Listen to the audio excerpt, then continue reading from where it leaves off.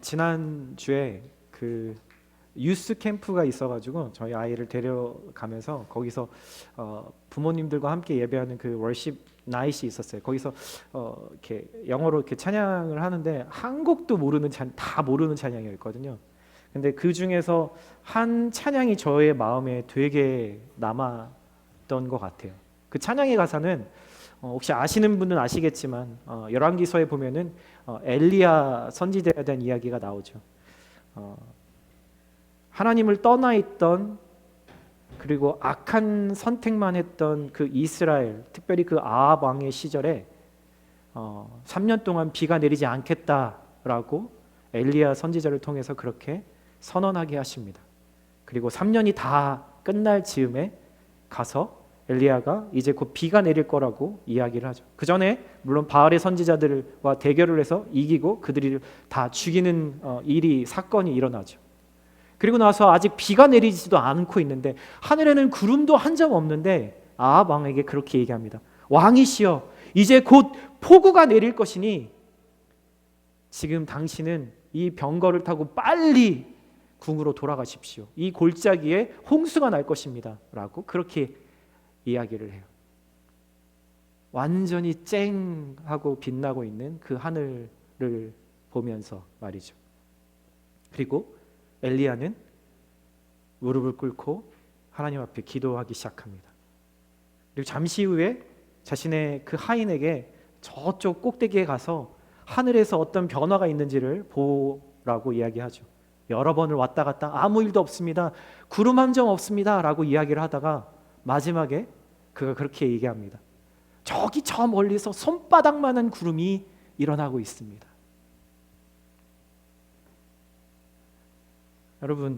여러분들에게 그 손바닥만한 그 구름을 보실 수 있는 그 믿음이 있으신가요? 그리고 그 다음 구절은 곧바로 비가 내리기 시작했고 홍수가 일어나기 시작했다라고 이야기를 합니다. 오늘 우리에게 주시는 하나님의 성령의 메시지가 아닌가 싶습니다. 여러분 안에 손바닥만한 그 구름을 볼 수 있는 믿음을 오늘 이 예배 가운데 구하실 수 있게 되기를 예수님의 이름으로 축복합니다. 반드시 하나님은 일하실 것입니다. 왜냐하면 하나님이 말씀하셨기 때문입니다. 내가 결정한 거에 대해서는 어떤 것도 개런티 될 수 없지만 하나님이 말씀하신 것을 행할 때 반드시 이루어집니다. 우리의 문제는 믿음 이전에 하나님이 그것을 말씀하셨냐 하지 않으셨냐라는 것이죠. 여러분 거기에 집중하십시오. 그리고 오늘 우리가 함께 나눌 그 말씀 가운데서 하나님이 나에게 무엇을 말씀하시는지를 귀 기울여 들으십시오. 그리고 여러분들의 삶의 행동으로 행하십시오. 그것이 오늘 우리에게 하나님이 주시는 예배의 은혜인 줄 믿습니다. 함께 같이 오늘 말씀을 같이 나누기를 원합니다. 룻기 지난번에 1장 1절부터 중반까지를 봤는데요. 오늘은 후반절을 같이 1장의 후반절을 같이 나누도록 하겠습니다. 짧은 구절인데요. 우리 한 구절씩 같이 읽도록 하죠. 19절부터 22절의 말씀입니다. 제가 먼저 19절의 말씀을 읽습니다. 그리하여 무슨 말씀인지 좀 기억이 나시나요? 한 나오미라고 하는 한 가정이 모압으로 흉년을 피해서 도망갔다가 거기서 눌러 앉았고 남편이 다 죽는 경험들을 하게 되죠. 그리고 돌아오는 길에 두 며느리 중에 한 며느리는 다시 모압 땅으로 돌려보내고 끝까지 자기를 따라가겠다라고 했던 이 룻이라고 하는 모압 여인과 함께 이 나오미 두 명의 과부가 다시 고향 땅으로 돌아가는 장면이에요. 그리하여 두 여인은 마침내 베들레헴에 도착하게 됐습니다. 그들이 베들레헴에 도착하자 온 성안이 그들 때문에 떠들썩해졌습니다. 그곳 여자들이 말했습니다. 이게 나오미가 아닌가? 그러자 그녀가 그들에게 말했습니다. 나를 나오미라 부르지 말고 이제 마라라고 부르시오. 전능하신 분께서 내 인생을 고달프게 만들으셨으니 말입니다. 내가 나갈 때는 풍족했는데 이제 여호와께서 나를 빈털터리로 돌아오게 하셨습니다. 그러니 어떻게 나를 나오미라 부르겠습니까? 여호와께서 나를 치셨고 전능하신 분께서 내게 고난을 주셨으니 말입니다. 함께 읽을까요? 이렇게 해서 나오미는 며느리인 모압 여자 룻과 함께 모압에서 돌아와 베들레헴에 도착했습니다. 그때는 보리 추수가 막 시작될 무렵이었습니다. 아멘. 오늘 이런 제목을 지어봤습니다. 같은 문제 앞 두 가지 다른 믿음, 혹은 두 가지 다른 선택. 여러분, 우리는 성경을 떠올릴 때 성경을 많이 보셨든 아니면 거의 본 적이 없든 상관없이 성경이라는 것을 떠올릴 때 많은 사람들이 주로 기억하는 것은 주로 유명한 사람들의 이름과 그와 관련된 이야기들일 거예요. 예를 들어서 믿음의 첫 조상이 된 아브라함, 이스라엘 사람이면서 이집트의 총리가 된 요셉, 이집트의 왕자였으면서도 이스라엘을 구원에 이끌어낸 지팡이 들었던 모세, 물맷돌 몇 개로 2m가 넘는 그 거인 골리앗을 죽이고 이스라엘의 왕이 된 다윗, 모든 지혜란 지혜는 다 얻고 최고로 멋들어진 인생을 살았던 그 아들 솔로몬, 그리고 바울과 같은 유명한 인들에 대한 이야기를 우리는 기억하죠. 그런데 성경은 이런 유명인들의 삶에만 초점을 맞추어서 우리가 성경을 통해서 그들의 삶을 바라보며 로망이라고 하는 그것을 극도로 경계하죠. 여러분, 그 이유는 두 가지가 있습니다. 첫 번째는 그들도 나와 마찬가지로 실수투성이의 삶을 살았던 인물들이라는 거예요. 그것을 성경은 전혀 숨길 의도가 없습니다. 적나라하게 다 드러내죠. 예를 들어서 다윗은 자신의 충성된 부하를 일부러 죽이고 간음을 저질러서 그 아내를 빼앗아 자기의 아내로 삼죠. 아브라함은 자기 목숨을 부지하려고 자신의 그 아내를 여동생이라고 거짓말을 하죠. 모세는 순간의 분노를 참지 못하고 사람을 죽이는 살인죄를 저지르죠. 그리고 40년간 도망자의 삶을 살아요. 하나님께 어마어마한 축복을 받았던 솔로몬은 그의 인생의 가장 최고점에서 하나님을 떠나서 자기가 할 수 있는 가장 최대치의 죄를 짓고 살다가 인생을 마감합니다. 모두가 실수투성이었고 어떤 이들은 실패한 채로 생을 마감하기도 했어요. 그럼 두 번째 이유는요, 룻기의 이 주인공들, 룻, 나오미, 보아스 같은 그저 우리 주변에 어디서든 볼 수 있는 지극히 평범하고 소소한 인생의 사람들, 그들의 이야기가 성경 곳곳에 늘 등장하고 있다라는 사실이에요. 사실 따지고 놓고 보면 성경은 유명인들의 이야기가 아니라 유명하지 않는 저와 여러분 같은 무명한 사람들의 이야기가 더 많이 기록되어 있다라는 거죠. 그리고 그들의 삶에 하나님은 관심을 가지시고 사랑을 베푸시고 연결되어 있음을 우리가 보게 되는 거예요. 여러분, 지난 한 주를 여러분 살아가면서 어떤 분들은 어느 순간에 이런 생각을 했을지도 몰라요. 그 하나님이, 높으신 하나님이 나 같은 사람에게 그다지 관심이나 있을까? 지금 내가 고민하고 있는 이 답답한 문제, 여전히 수십 년간 해결되지 않는 이 문제들에도 내가 그 발버둥치며 있었던 그 순간들에 하나님은 나에게 관심이 있으실까? 하나님이 과연 나랑 상관이나 있으신 분일까? 하나님이 내가 이렇게 살고 있는 걸 알아주시기나 할까? 하나님은 관심이 없으실 것 같아. 왜냐하면 내 삶에 아무 일도 일어나고 있지 않으니까. 저도요, 가끔 이런 생각을 할 때가 있습니다. 여러분, 그런데요, 이 생각은 사실이 아니에요. 거짓말입니다. 하나님은 이 드넓은 우주에 수천조 개의 행성들 가운데 정말 작고 작은 지구에, 그리고 이 미국에, 그리고 미시간에, 그리고 칼라마주에, 그리고 그 작은 내 방에, 내 가정에, 내 학교에, 내 직장에 사느라고, 먹고 사느라고 씨름하고 있는 바로 나와 함께하고 계신다라는 사실이죠. 심지어는 화장실에서 일을 보고 있을 때도 하나님의 음성을 들을 때가 있어요. 여러분, 하나님은 지극히 평범한 나를 그렇게 사랑하시는 거죠. 그리고 그 사랑을 결코 멈추지 않으세요. 떠나지 않으세요.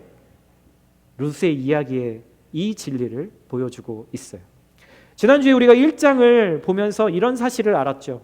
아빠 엘리멜렉, 엄마 나오미, 그리고 두 아들, 두 며느리 등장합니다. 엘리멜렉 가정은 먹고 사는 문제와 신앙의 문제 앞에서 현실의 문제를 해결해 줄 것 같은 그 유리한 선택, 편안함의 선택을 했어요. 그런데 이 가정의 결말은 안타깝게도 비극의 연속이었어요. 여기서 우리는 이런 고민을 해볼 수밖에 없죠.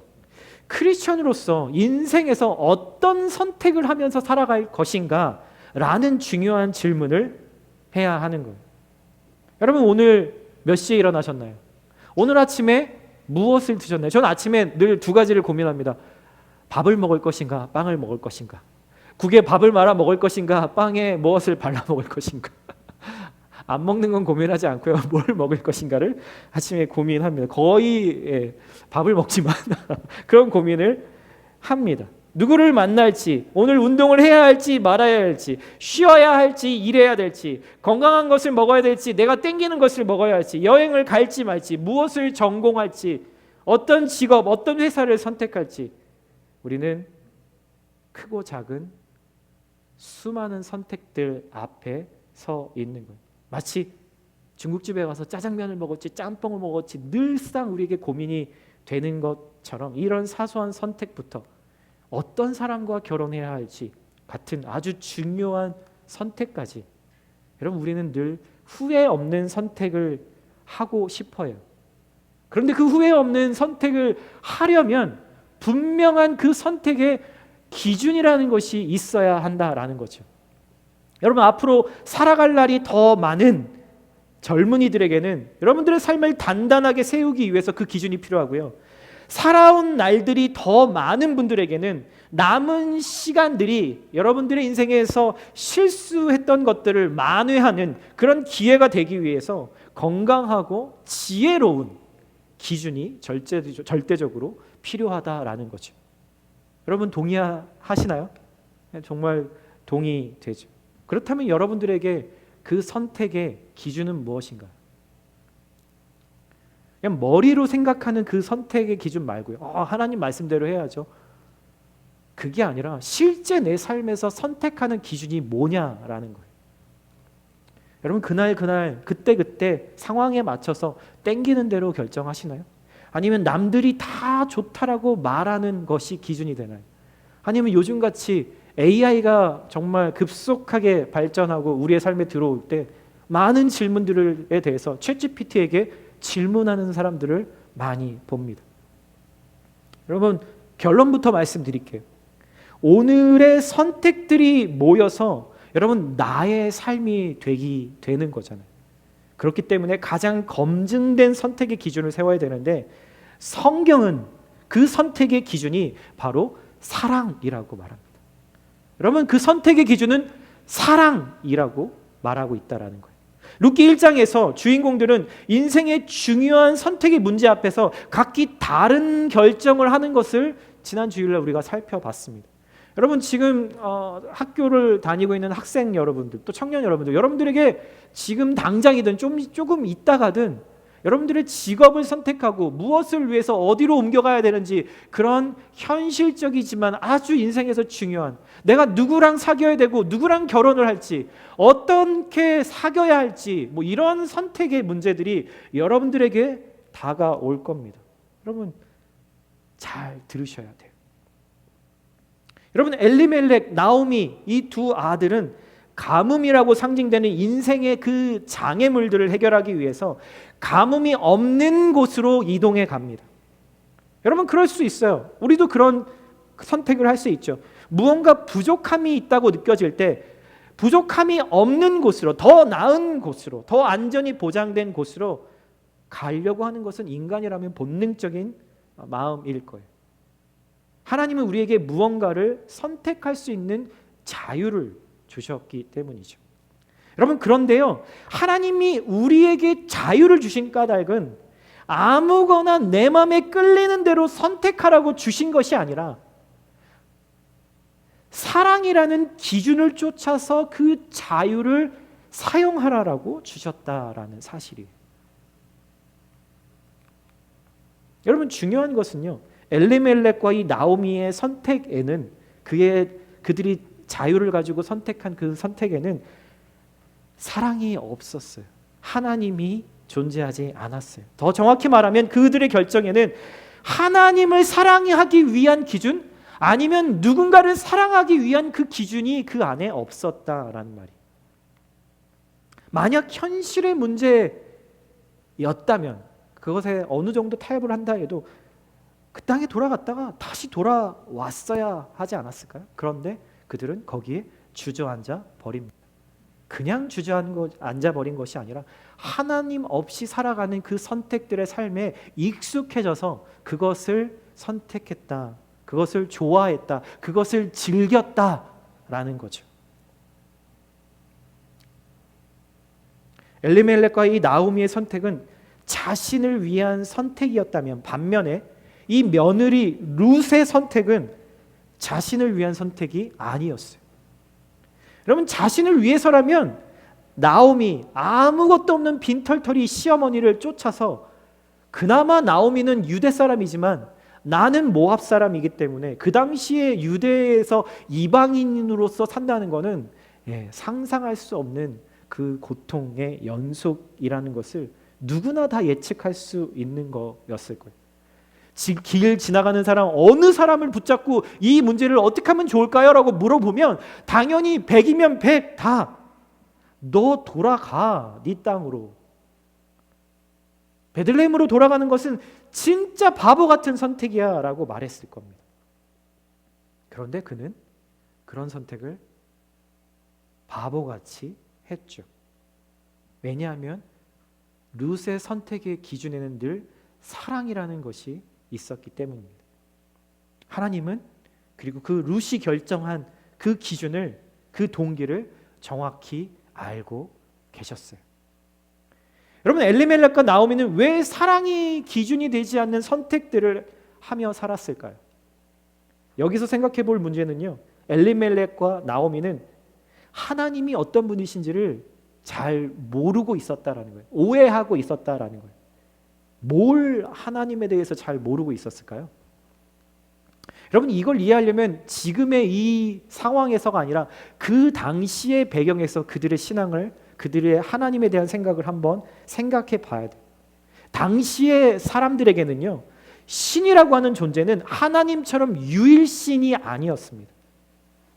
우리는 하나님이 어디에 계시고 무엇이든지 하실 수 있는 분이고, 시간에 관계없이 과거, 현재, 미래 모든 것들을 다 알고 계시는 분이라고 하죠. 그거를 전능하신 하나님, 전지하신 하나님, 무소부재의 하나님이라고 우리는 부릅니다.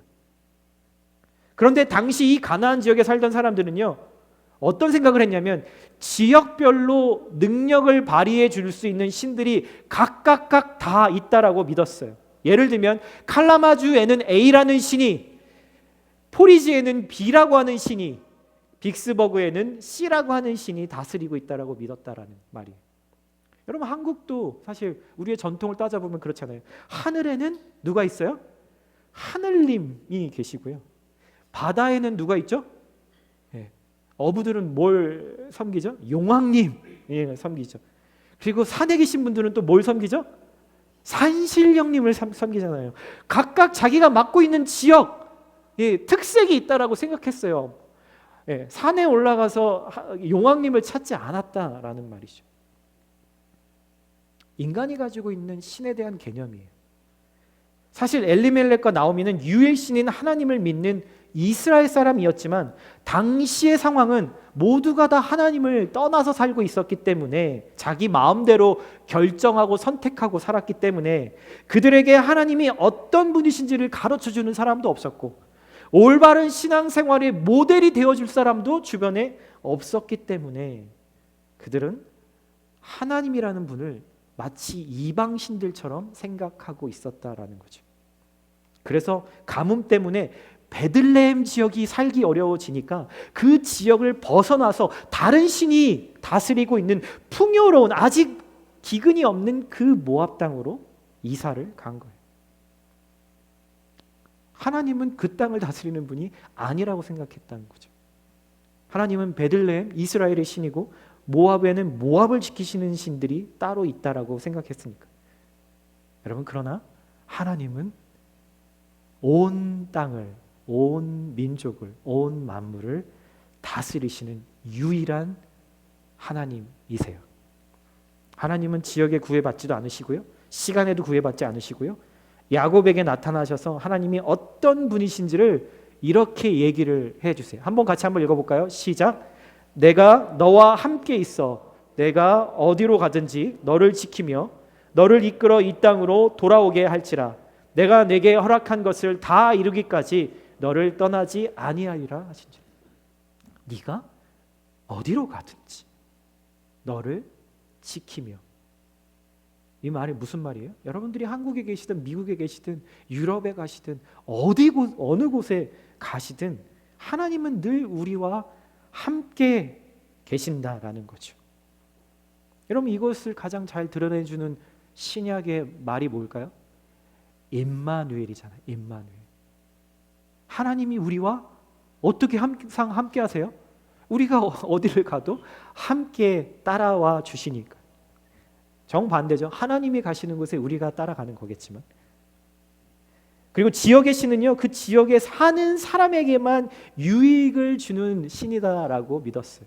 마치 내가 잘못을 하고 죄를 지어도 그 신은 내 편을 들어주는 신이다라고 믿었다라는 거예요. 여러분, 그런데 하나님은 어떠신가요?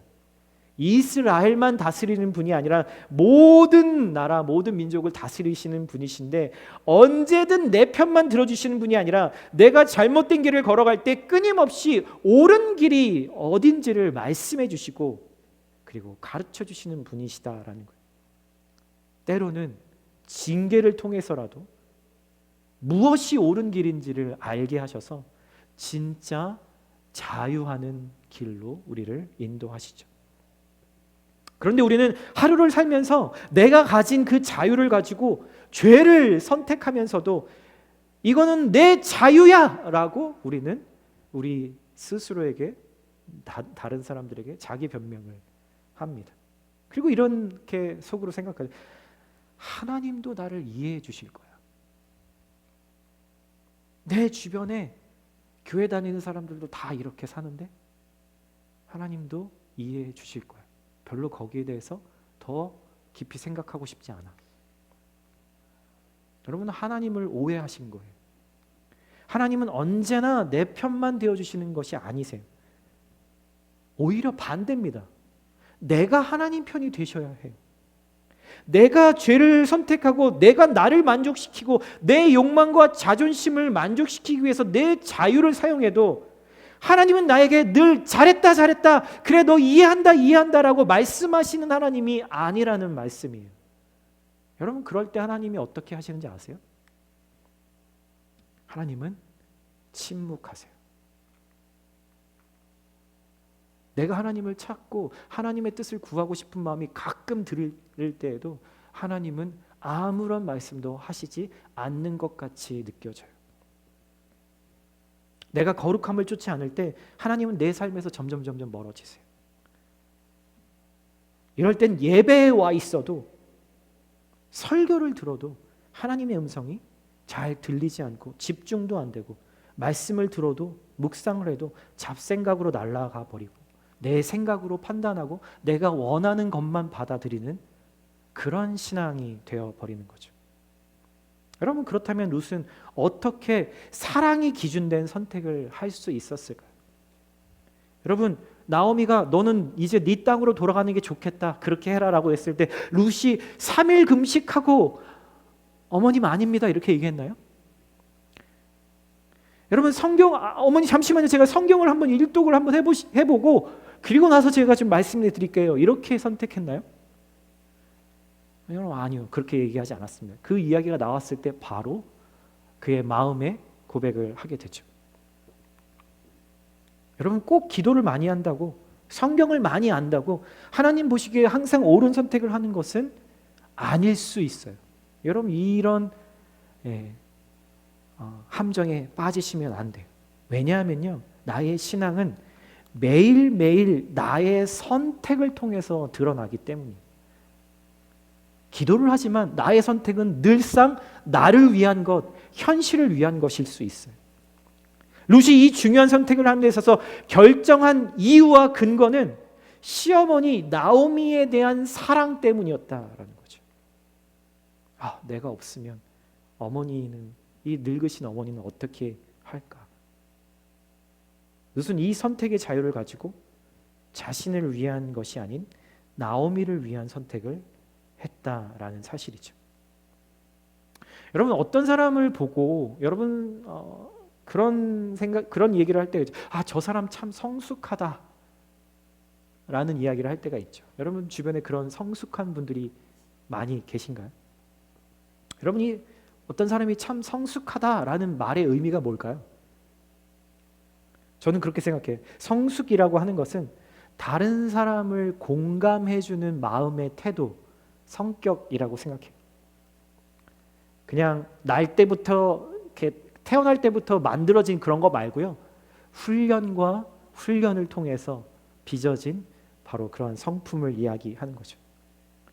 내가 주로 말하기보다는 상대방의 이야기를 들어주고 상대방의 아픔과 고민 가운데 이해해주는 태도죠. 여러분, 이게 그렇게 쉬운 게 아니에요. 여러분, 그렇죠? 우리는 상대방의 말을 들어주기보다는 저도 그래요. 제 아내의 이야기를 끝까지 듣기 전에 막 제 이야기를 할 때가 참 많은 것 같아요.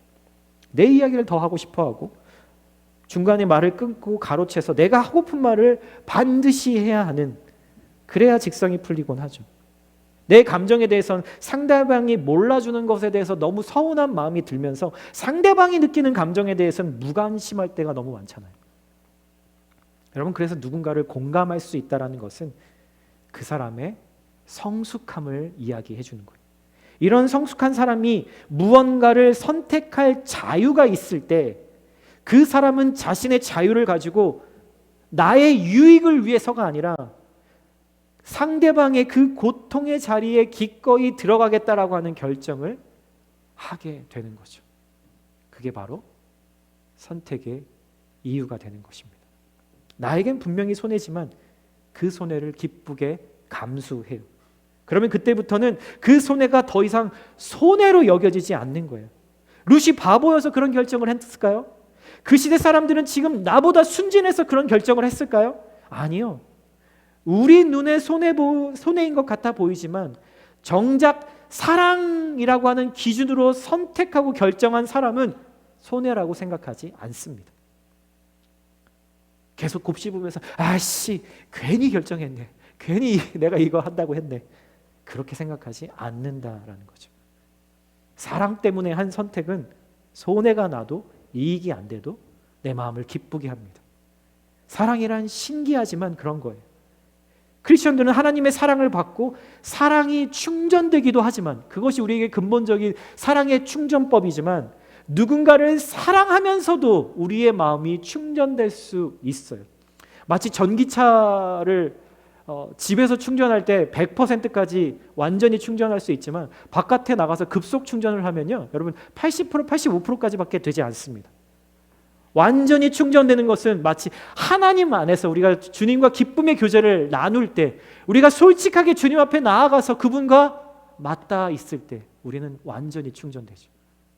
하지만 우리가 무언가 사랑을 선택해서 우리의 것을 나누고 우리가 그 사람들을 공감해주면 그 자리에 있을 때 비록 100%는 아닐지라도 우리 안에 사랑이 충전되는 거죠.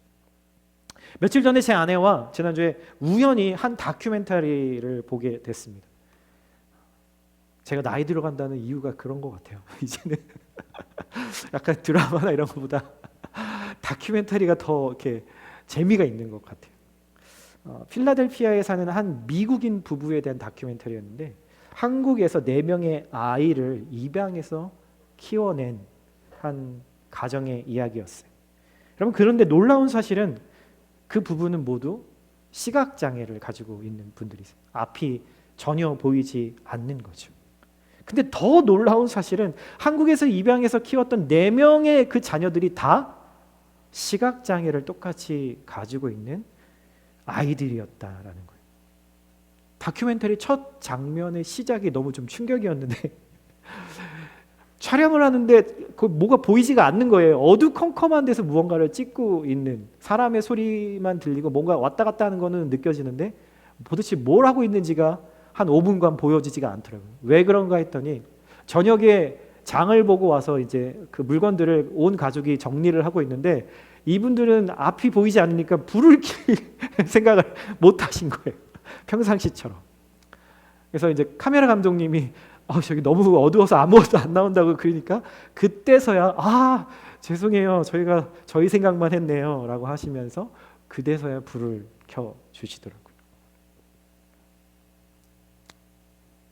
가족들이 모두가 보이지 않지만 1시간 남짓 그 다큐멘터리를 보면서 우리처럼 눈이 보이는 사람들보다 훨씬 따뜻하고 더 서로에게 감사하고 더 공감해주고 더 용납해 주더라고요. 충격적이었던 거는 그 사실이 그들의 말로 드러난 것이 아니라 그들의 매일의 선택에서 보여졌다라는 사실이에요. 그 남편분에게 이런 다큐멘터리입니다. 그 남편분에게 그 PD가 그런 질문을 해요. 어떻게 이런 선택을 할 수 있었냐?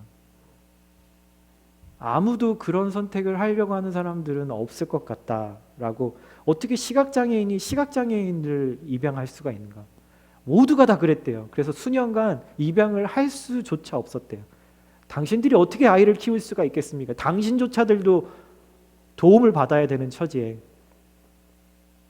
근데 그분의 답이 이런 답이었어요. 우리는 사랑하기 위해서 선택했을 뿐입니다.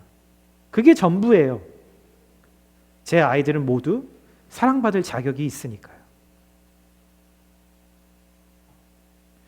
여러분, 성경에는 사랑하기 위해서 선택하신 또 한 분의 이야기가 나오죠. 빌립보서 2장 7절에 이렇게 이야기합니다. 예수님에 대한 이야기죠. 예수님은 오히려 자신이 하나님이시면서도 자기를 비워 종의 형체를 가지사 사람들과 같이 되셨다. 그분은 하나님이셨지만 나를 사랑하시기 위해서 자신에게 있는 것들을 비워내시고 포기하시고 사람이 되셨어요. 왜요? 무엇 때문에요? 굳이 그럴 필요가 있었을까요? 창조주 하나님이 피조물 인간이 되신 것이죠. 그게 우리가 매일 경험할 수 있는 가장 큰 위로, 가장 큰 공감, 우리 안에 계신 예수님을 만날 때 그 일이 깨달아지는 겁니다. 오늘 본문의 19절, 20절, 20절, 21절 이렇게 얘기합니다. 두 여인이 베들레헴에 도착했는데 사람들이 이제 그 자그마한 성 안에 얼마나 가십거리하기 좋은 일이 일어났어요. 그랬더니 사람들이, 그곳의 여자들이 막 얘기합니다. 이게 나오미 아니야? 저 사람 나오미 아니야? 여러분, 나오미라는 이름의 뜻이 뭐였죠? 하나님의 기쁨이라고 그랬잖아요. 하나님의 기쁨 아니야? 하나님의 기쁨이 이렇게 돼서 왔다고? 그때 그렇게 도망가듯이 갔던 그 하나님의 기쁨이 이런 모습으로 하나님의 기쁨으로 왔다고? 여러분, 계속해서 사람들이 수근수근 되기 시작했을 거예요. 그러니까 나오미가 그들에게 이렇게 이야기합니다. 나를 더 이상 나오미, 하나님의 기쁨이라고 부르지 말고 이제는 마라, 쓰다라는 뜻이거든요. 쓴 인생, 쓰디 쓴 인생이라고 부르시오. 전능하신 분께서 내 인생을 고달프게 했으니 말입니다. 내가 나갈 때는 풍족했는데 남편도 있고 아들들도 있고 다 있었는데 이제 여호와께서 나를 빈털터리로 돌아오게 하셨습니다. 그러니 어떻게 나를 하나님의 기쁨이라고 부를 수 있겠습니까? 여호와께서 나를 치셨고 전능하신 분께서 내게 고난을 주셨으니 말입니다.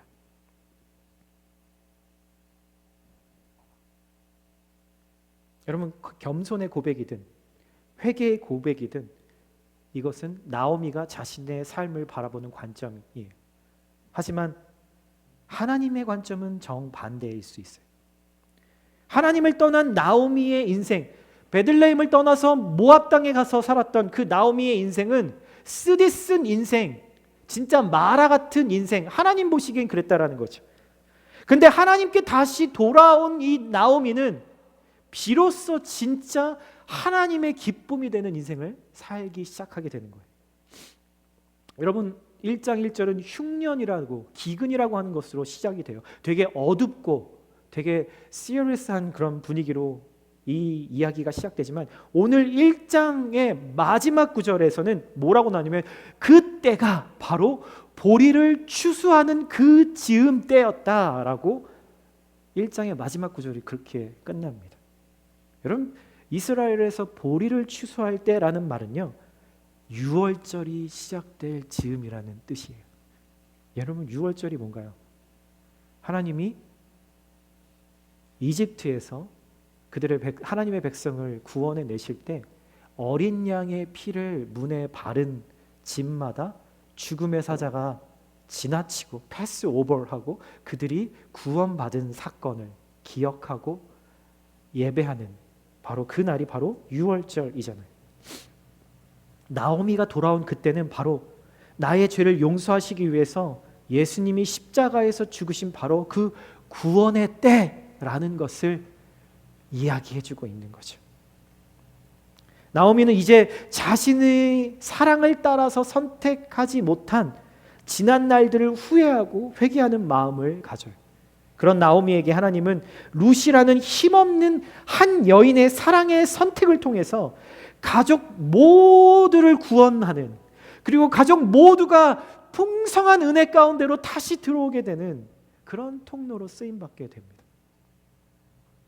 사랑하는 형제자매 여러분, 여러분에게 지금 주어진 선택 그리고 결정에 여러분 사랑이 이유가 되시기를 바래요.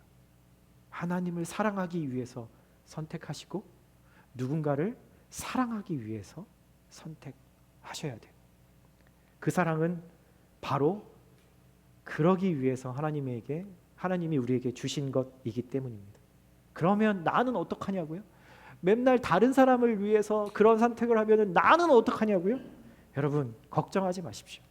여러분 그 사랑을 위한 선택을 여러분들이 하셨다면 분명 하나님은 나를 더 풍성하게 해주실 거예요. 가장 온전한 기쁨으로 여러분들을 채워주실 거예요. 그러니 걱정하지 마십시오. 먼저 사랑을 선택하세요. 그리고 거룩함을 선택하세요. 이것이 오늘 우리에게 주시는 하나님의 말씀입니다. 아멘. 아멘. 네, 우리 생각보다 오늘 빨리 끝났어요.